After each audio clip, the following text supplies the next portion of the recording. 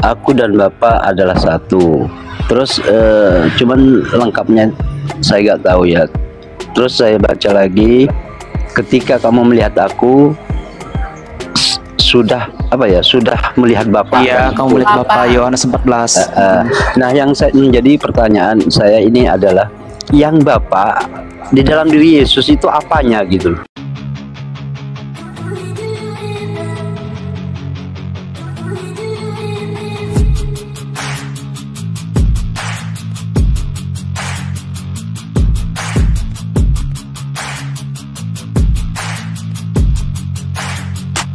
Selamat datang di channel Bela Kebenaran. Kami hadir untuk memberikan informasi opini dan atau fakta terhadap situasi yang sedang terjadi. Mari dukung channel ini dengan cara menekan tombol subscribe dan bunyikan loncengnya. Terima kasih.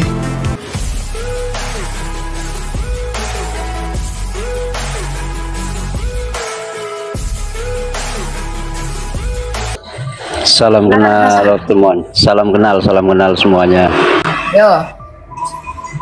Ini saya mau nanya nih, kan saya pernah baca gitu ya, aku dan Bapak adalah satu. Terus cuman lengkapnya saya nggak tahu ya. Terus saya baca lagi, ketika kamu melihat aku sudah melihat Bapak. Iya, kamu melihat Bapak, Yohanes 14. Nah, yang menjadi pertanyaan saya ini adalah, yang Bapak di dalam diri Yesus itu apanya gitu loh. Silakan Timothy. Iya, ketika para murid menanyakan, tunjukkanlah Bapak itu kepada kami dalam Yohanes 14. Tidak tahukah kamu bahwa Bapa di dalam aku itu adalah perikoresis, di mana Bapa mendiam sang anak, anak juga mendiami sang Bapa. Tapi bukan berarti Bapa yang menjadi manusia dalam pengertian Yohanes Sabelian. Maksudnya apa? Bapa itu bersemayam dalam sang anak, karena sang anak ini menampakkan wajah Bapa sendiri. Yohanes 1:18. Tak seorang pun yang pernah melihat Allah, tetapi anak tunggal Allah yang dipanggung Bapa, dialah yang menyatakannya.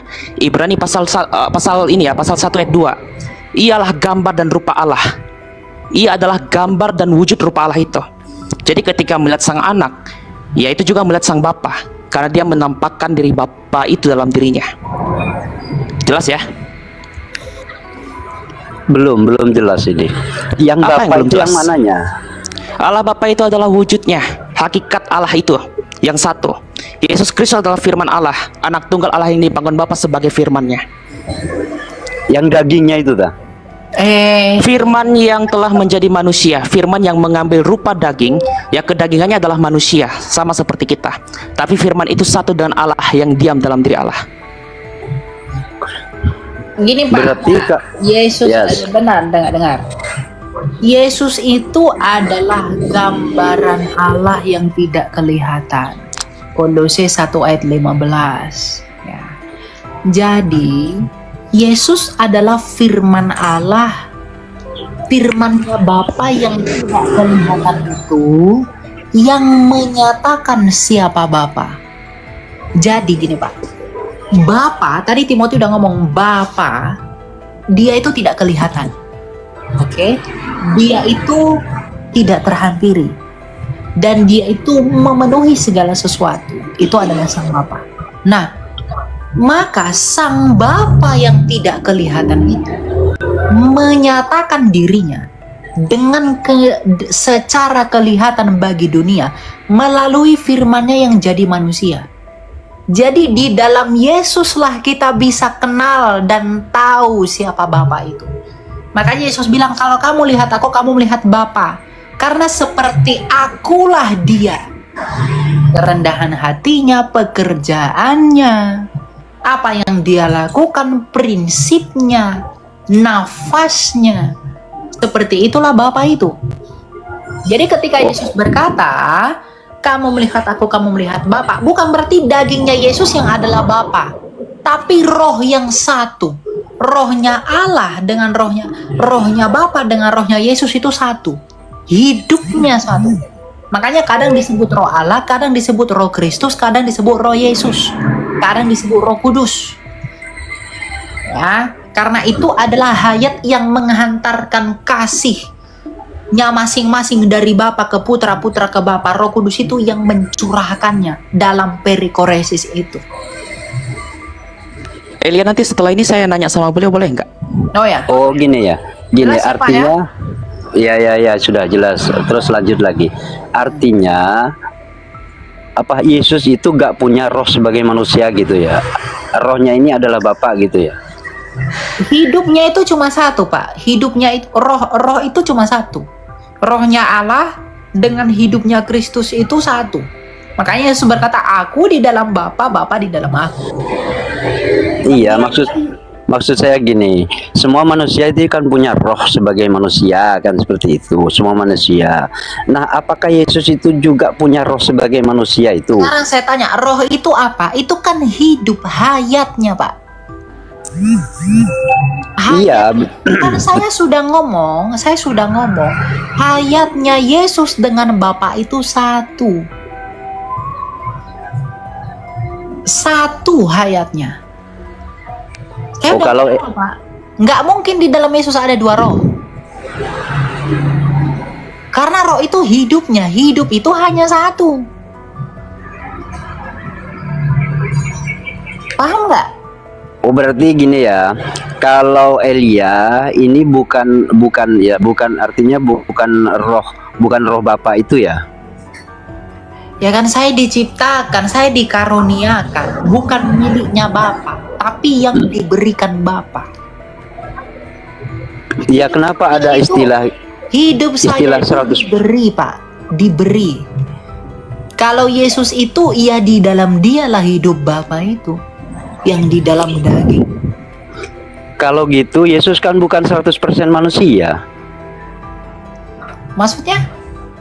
Kan gini, Yesus ini katanya sebagai 100% manusia. Sepenuhnya Allah, sepenuhnya manusia, betul. Iya, sepenuhnya Allah, sepenuhnya manusia. Artinya 100% Allah, 100% manusia, kan gitu ya. Jangan katakan 100%, sepenuhnya. Iyalah sepenuhnya Allah, sepenuhnya manusia. Betul. Ya kan istilahnya kalau sepenuhnya kan presentasenya kan begitu, 100% gitu. Oke, sekarang juga kita tanya sama saudara ini ya, Pak Hasan. Sebentar, Allah itu tunggu ini sebentar, hanya perbandingan. sebentar. Ini hanya perbandingan. Sekarang saya tanya sama Pak Hasan. Ini hanya perbandingan, Pak. Jangan takut. Kita hanya untuk mencari titik pertemuannya saja. Saya mau tanya sama Pak. Allah itu Ya. maha kuasa nggak? Sepenuhnya Ya. maha kuasa nggak? Oke, kalau Allah maha kuasa, bisa nggak dia jadi manusia? Allah itu sepenuhnya maha kuasa. Nah, Bisa nggak jadi manusia? Sebentar, tenang dulu, saya jawab. Ketika Allah menjadi manusia, maka itu tidak maha kuasa. Kenapa? Oke, berarti Allah tidak maha kuasa. Anda meyakini bahwa Allah maha kuasa ketika menjadi manusia, dia tidak maha kuasa. Berarti Allah juga tidak maha kuasa bisa menjadi manusia.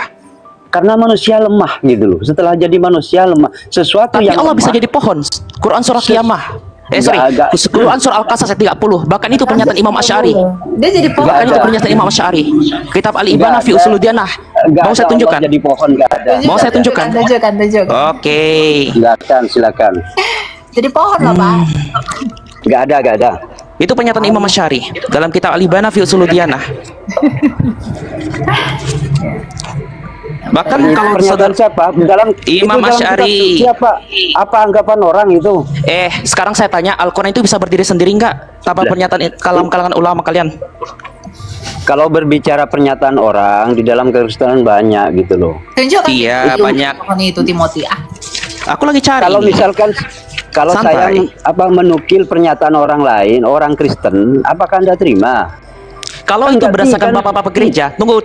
Kalau itu berdasarkan bapak gereja dan konsentrum partrum diterima semua bapak-bapak gereja terdahulu, saya terima. Karena itu sifatnya bukan personal, tapi umum. Oke, tadi kamu minta dalil ya. Bentar. Kalau saya misalkan mengutip pendeta HTD, dia itu juga Kristen. Tidak, loh, saya ya? tidak menerima. Kenapa? Itu adalah Lah, tafsiran kenapa? modern. Imam Asy'ari itu modern kan nggak? gitu kan? Oke, sekarang pertanyaan saya, Pernyataan Imam Asy'ari itu, Imam Asy'ari itu adalah ulama khalaf atau salaf? gini ya, pernyataan orang itu kalau bertentangan dengan kitab suci boleh diikuti, boleh tidak gitu loh. Oh, boleh diikuti, boleh tidak. Berarti kalau seandainya kita meyakini bahwa gini, berarti kalau kita seandainya meyakini hadis yang dimana Nabi Muhammad mengatakan orang tuanya berada di neraka, jumhur ulamanya sedikit, itu kita terima juga walaupun kolaf. Lah, itu kan siapa? Yang disebut Abi di situ bukan ini pamannya. Iya, Abu Thalib. Kan Tetapi itu sudah iya. Saya tahu, tapi itu dibantah juga dengan hadis yang lain yang mengatakan bahwa Nabi Muhammad dilarang untuk mendoakan ayah dan ibunya. Dan itu pernyataan jumhur ulama juga ada berbeda pendapat. Dan rata-rata yang mengatakan Abu Thalib itu adalah ulama-ulama khalaf. Tapi kita tidak menyinggung itu dulu. Yang kita singgung adalah bagaimana penafsiran Al-Quran berdasarkan hadis dan jumhur ulama. Saya akan menggunakan pendapat Imam Asy'ari dalam buku ini, Kitab Al-Ibanah. Kita kembali dengan laptop ya, kembali ke laptop. Iya, ayatnya yang mana dulu? Yang ayatnya yang mana? Dengar dulu Pak, dengar dulu. Quran surah Taha ayat 11, Quran surah ayat 30 dikatakan, bahkan kaum Jahmiyah menambahkan lagi keyakinan Nasrani tersebut dengan menyatakan bahwa firman Allah adalah makhluk yang menitis pada pohon, sehingga pohon memiliki kandungan kalamullah. Karena itu menurut mereka pohon dapat berbicara disebabkan adanya kalam tersebut. Jahmiyah meyakini adalah ciptaan, tapi ini dibantah oleh Imam Asy'ari. Mereka juga menyatakan bahwa sebatang pohon berkata kepada Nabi Musa alaihissalam, wahai Nabi Musa, sesungguhnya aku ini adalah Allah. Loh, di sini dikatakan bahwa wahai Nabi Musa, sesungguhnya aku ini dari balik sebatang belum pohon. selesai. Saya belum selesai. Aku ini adalah Allah, tiada Tuhan selain aku, maka sembahlah aku. Ini adalah bantahan Imam Asy'ari dalam kaum Jahmiyah. Apabila kalam Allah adalah makhluk yang berada dalam pohon, berarti ada makhluk yang mengaku sebagai Tuhan. Ada makhluk yang mengaku sebagai Tuhan. Ini pernyataan Imam Asy'ari menolak Jahmiyah. Dan Imam Asy'ari mengatakan kalamullah itu bukan makhluk, dan kalamullah yang berbicara dalam pohon adalah Allah sendiri. Jadi kamu ingin membantah Imam Asy'ari, silakan. Oke, boleh saya jawab? Boleh, tapi berdasarkan ulama, boleh, tapi berdasarkan jumhur ulama atau hadis. Begini ya, yang disebut kalam Allah atau firman Allah ini adalah yang dimaksud dengan makhluk ketika dia itu berada di tempat sesuatu. Contohnya gini, saya logikakan ya. Ketika saya berbicara, ini kamu dengar suara saya ini kan di dalam. Jadi hati. firman itu ciptaan atau enggak? Itu Sebentar dulu. Saya berbicara kepada Anda ini di dalam HP dan Anda ini tahu mendengar dari HP saya gitu loh. Jadi di dalam HP Hasan berbicara. Apakah saya ini ada dalam HP? Kan tidak. Iya, melalui perkataan Anda. Saya bisa mengingat Anda dan bisa melihat bagaimana gerak-gerik Anda dari perkataan Anda dalam HP Anda dan HP saya. Iya betul, tapi Anda tidak tahu saya gitu loh, tidak melihat saya. Tapi saya tahu ilmu Anda dan pribadi Anda dari perkataan Anda. Saya berbicara langsung dengan Anda. Dari belakang HP, dari balik HP. Bukan berarti saya itu ada di dalam HP Anda, bukan gitu loh. Terus itu intinya ketika ada ayat yang mengatakan Allah berbicara langsung melalui di balik pohon, bukan berarti Tuhan itu bukan di balik pohon, Pak, dalam pohon. Jahmiyah yang mengatakan itu dan Imam Asy'ari mengaku itu, tapi dia menolak argumentasi Jahmiyah. Saya bacakan lagi nih pernyataan Imam Asy'ari. Saya bacakan lagi nih. Mereka Jahmiyah juga menyatakan bahwa sebatang pohon berkata kepada Nabi Musa alaihissalam, wahai Nabi Musa, sesungguhnya aku ini adalah Allah, yaitu pohon itu sendiri. Apabila kalam Allah adalah makhluk yang berada dalam pohon, berarti ada makhluk yang mengaku sebagai Tuhan. Sungguh telah kafirlah apa yang mereka katakan seperti itu, karena kita meyakini bahwa kalamullah itu qadim. Jadi kalau kalamullah mengaku sebagai Tuhan dalam Quran surah Al-Qasas ayat 30, Quran surah Taha ayat 11, berarti Imam Asy'ari mengaku yang mengaku dalam pohon itu adalah Allah sendiri. Kamu bantah saya Imam Asy'arimu. Rujukan ayatnya Anda mengatakan ayat berapa? Ayat 11 ya. Coba baca Quran Anda. surah Qasas ayat 30, Quran surah Taha ayat 11. Bagaimana mungkin Anda yang muslim lupa dengan ayat Quran Anda, sedangkan saya kafir ingat akan ayat itu. Yang kamu baca itu. Coba baca surat ayat Taha. Berarti Anda tidak ingat dengan kitab Anda sendiri. Aduh, udahlah Pak. Itu gak ada di situ. Tuhan berada, cuman dengan konsep agama sendiri, bobo aja ya. Itu. Jadi kamu nggak usah tanya-tanya Kristen lah ya. Kau urusi dulu ulamamu, itu pun saling perang. Ada yang bilang ciptaan, ada yang bilang nggak ciptaan. Itu pun masih belum beres. Kak, aku nambahin dikit ya, boleh nggak? Biasa argumentasi mereka ada dua kemungkinan. Mereka tetap mengatakan bahwa firman Allah yang waktu sudah menjadi Al-Quran mengatakan bukan makhluk tapi bukan Allah. Oke lah, kita terima itu. Tapi ada juga ulama yang meyakini bahwa ketika kalamullah atau firman Allah berbicara dan dia itu keluar nuzul dalam bentuk Al-Quran, maksudnya turun ya. Nuzul itu artinya turun. Turun dalam bentuk Al-Quran. Al-Quran sudah menjadi makhluk, berarti kalamullah sudah menjadi makhluk, tapi yang melekat pada Allah tetaplah kodim, atau maksudnya kekal, melekat atau dahulu bersama dengan dahulunya Allah. Ini pernah dinyatakan oleh kaum Mu'tazilah untuk membantah Ibnu Hanbal. Ibnu Hanbal tidak menyetujui diskusi rasional mengenai Tuhan. Maka ketika tokoh-tokoh Mu'tazilah moderat, Al-Huhayan Al-Qarabisi, ini orangnya dari kaum Mu'tazilah, mengajukan sebuah solusi damai bahwa Al-Quran sebagai firman Tuhan memang bukan makhluk. Ya udah deh Ibnu Hanbal, aku percaya deh sama kamu, firman Allah itu bukan makhluk. Kita sepakat ya, oke. Namun ketika dibaca oleh manusia seperti alif, lam, mim, seperti itu ya, maka ia menjadi makhluk. Firman Allah menjadi makhluk. Kata siapa? Kata Al-Huyan Al-Qarabisi. Ibnu Hanbal tetap mencela doktrin itu. Nih, Ibnu Hanbal tetap mencela doktrin itu. Jadi jangan mudah termakan oleh mereka ketika ada orang yang mengatakan, ya itu firman Allah, itu bukan ciptaan. Tapi ketika sudah menjadi Al-Quran, dia sudah menjadi ciptaan. Berarti dia menyontek pemahaman kaum Mu'tazilah yang bernama Al-Huwayan Al-Qarabisi. Ini saya lagi cari datanya dalam Islam, karena yang dikutip pun juga dari Karen Armstrong. Tapi rata-rata dalam bukunya Imam As-Suyuti, saya punya bukunya, di mana Ibnu Hanbal ditantang untuk menyangkal Al-Quran itu adalah kodim.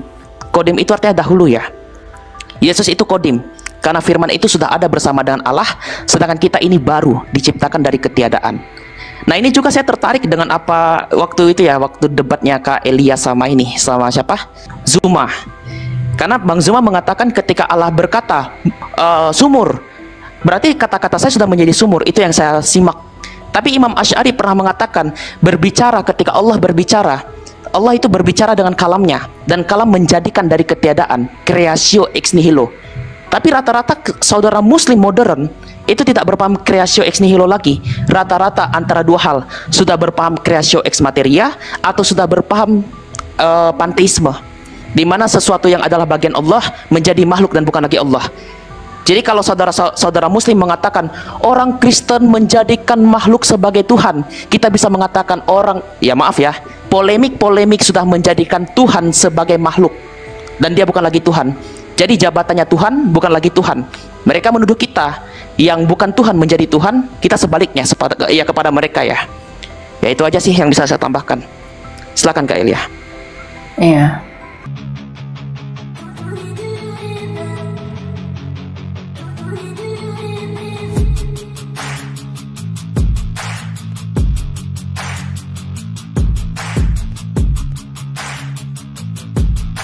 Terima kasih sahabat sudah menyaksikan tayangan kami hari ini. Tuhanlah yang membalas dan memberkati kita semua. Apabila sahabat diberkati, marilah kita dengan murah hati untuk share video ini kepada teman-teman kita yang lain, kepada grup-grup keluarga dan sebagainya. Dan jangan lupa meninggalkan komentar di bawah video ini, serta menekan tombol subscribe video kami, sehingga sahabat tidak ketinggalan video-video terbaru dari kami. Terima kasih. Tuhan Yesus memberkati kita semua. Dan dengarkanlah firman Tuhan singkat ini. Mintalah maka akan diberikan kepadamu. Carilah maka kamu akan mendapat. Ketuklah maka pintu akan dibukakan bagimu. Kita harus melakukan sesuatu sampai sesuatu itu akan terwujud atas hidup kita. Minta, cari, dan ketuklah maka Tuhan pasti membukakan pintu. Lukas 18 ayat 1. Yesus mengatakan suatu perumpamaan kepada mereka untuk menegaskan bahwa mereka harus selalu berdoa dengan tidak jemu-jemu. Kita berdoa dengan tidak jemu-jemu.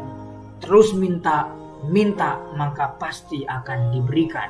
Tuhan Yesus berkata, karena itu aku berkata kepadamu, apa saja yang engkau inginkan ketika engkau berdoa, percayalah bahwa engkau telah menerimanya dan engkau akan memilikinya. Amini ayat firman Tuhan ini, bahwa Tuhan pasti memberikan segala sesuatu yang kita butuhkan.